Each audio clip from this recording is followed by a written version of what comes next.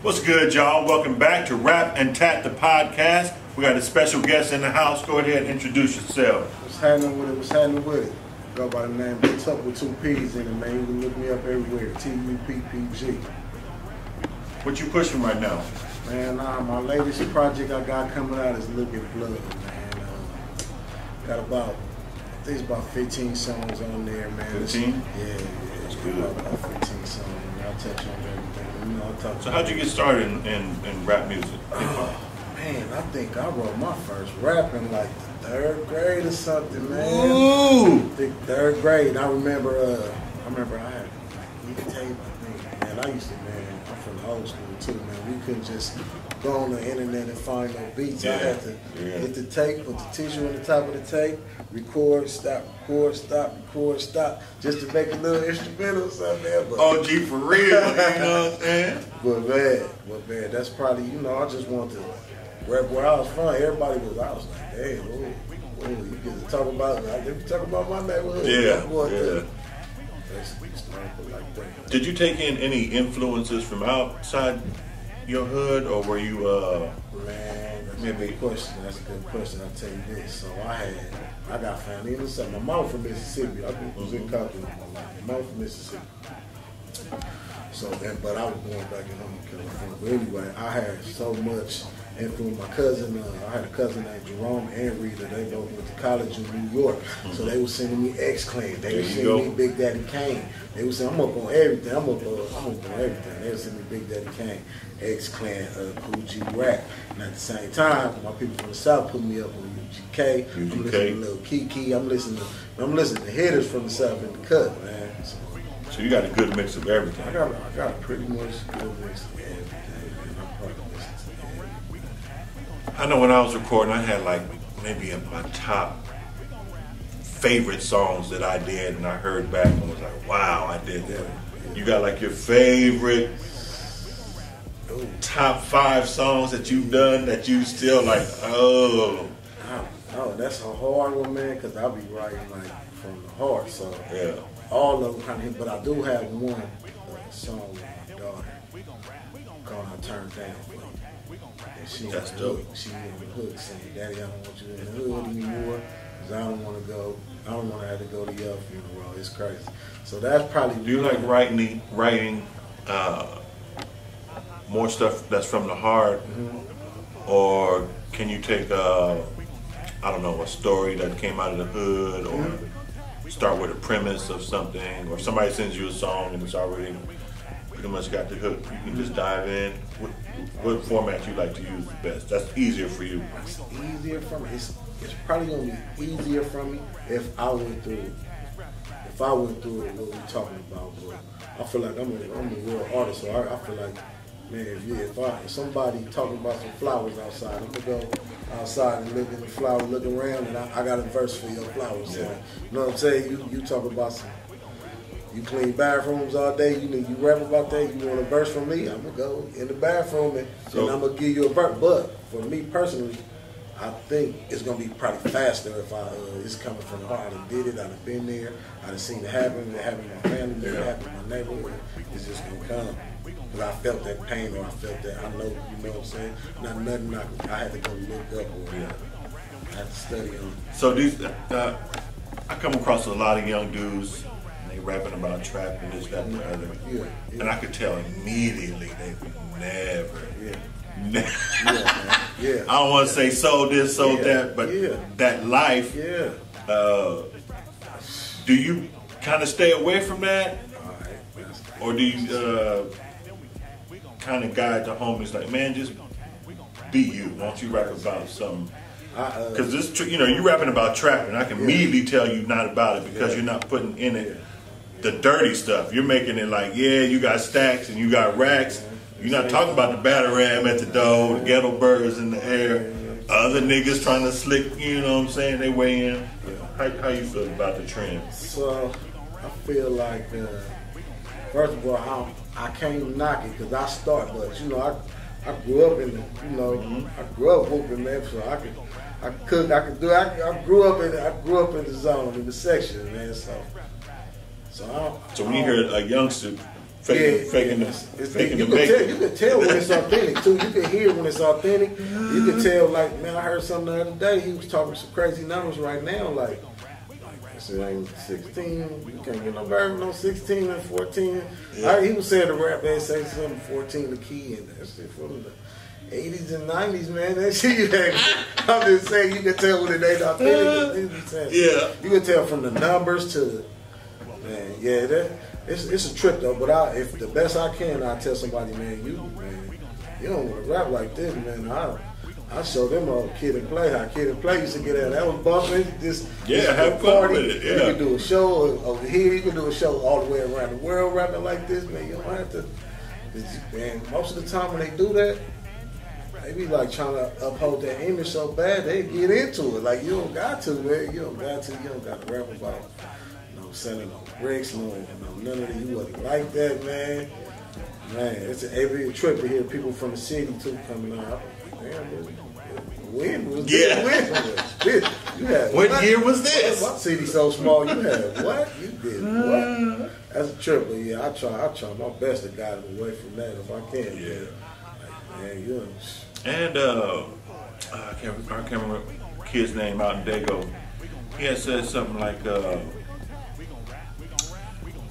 older generation is still rapping about pimping and hoeing and shit, and he's rapping about, cartoons that he's watching. He got a nice little buzz. Yeah. So it is really like you ain't really got to do that no more to make it. Everybody ain't a G. It's a genre. You can be a happy little go-lucky kid dancing in your videos and make it. I was listening to he was listening to some. He was talking about killing himself. He was like this emo rap. Oh, okay. So he's emotional rap. Yeah, it's a genre how you for feeling? Okay. Yeah. I can't knock it. Back in the day, because I'm a real MC, man. I really go hard for. I don't be writing on the phone or nothing. I'm just old school. I write on a pen and pad. I think about this. I ain't just rhyming. I be thinking. So hold on. Let's get into that. Now you got kids walking in the studio, no paper, maybe their phone or not, and they'll do one line, stop, punch, something. One line, stop, punch.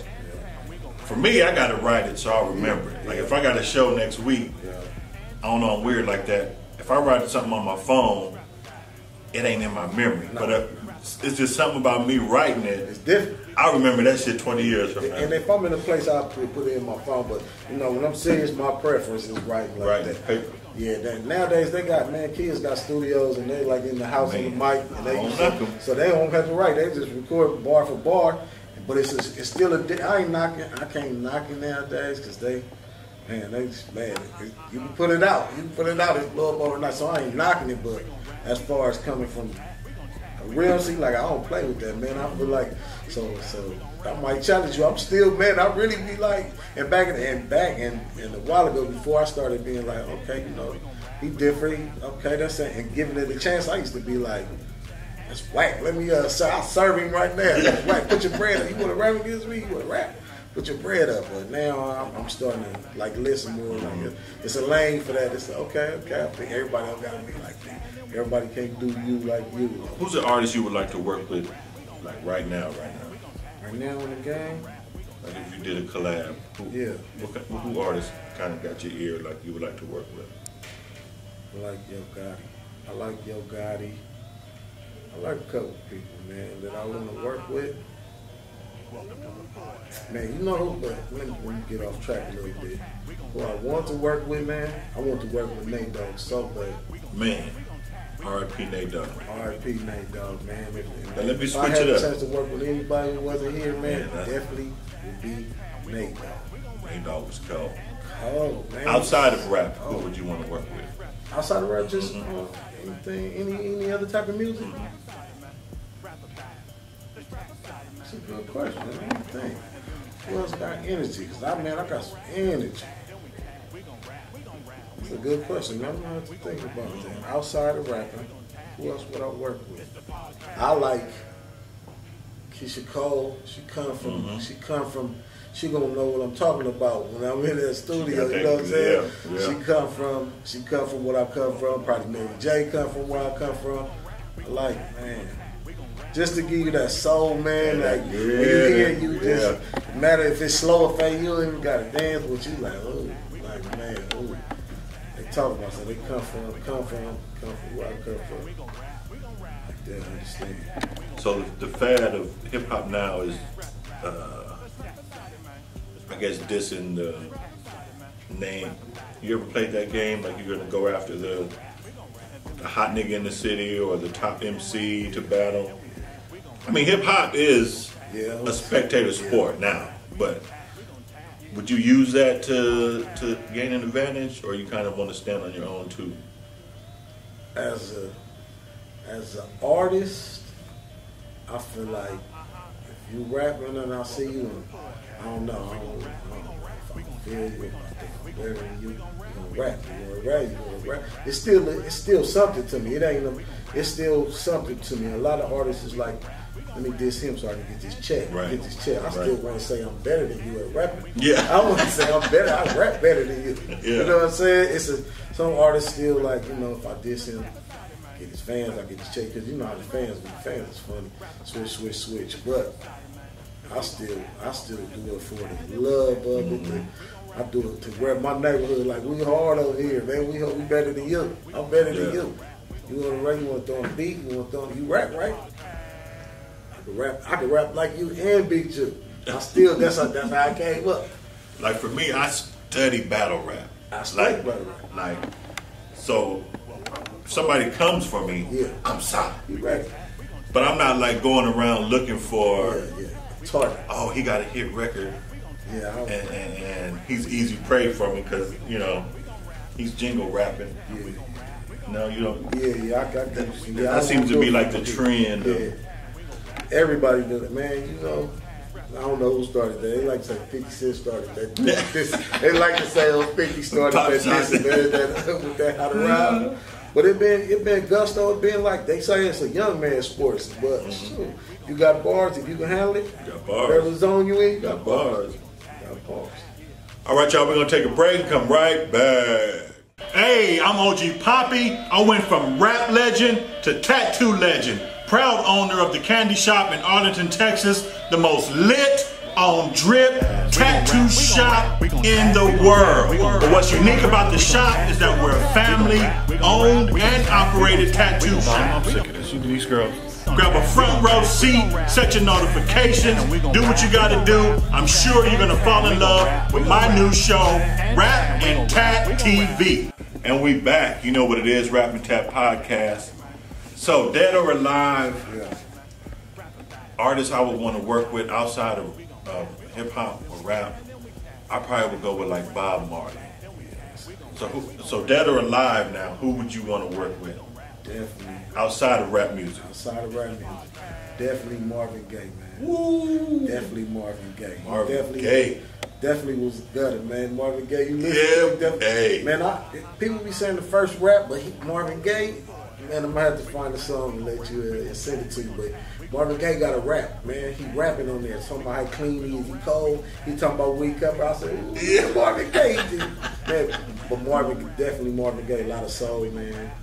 Definitely Marvin Gaye. He talk about what's going on in the neighborhood. Definitely Marvin Gaye. What's the name of your project you're working on now? The newest one that's about to come out, I'm bringing it out December something, maybe December 15th. It's Look at Blood, man. Look at Blood. Where can fans find you? You can find me any social media site /Tupp G, TUPPG. TuppG.com right now. It might be under construction, it might be on, I don't know. But by the time you type it in, it'll be ready for you. But find me on there. I'm on OG Poppy projects, man. So don't be lying. We're gonna tell you about it. Yeah, but, if you ain't heard it already, you'll see. You'll see. We'll put it in your face.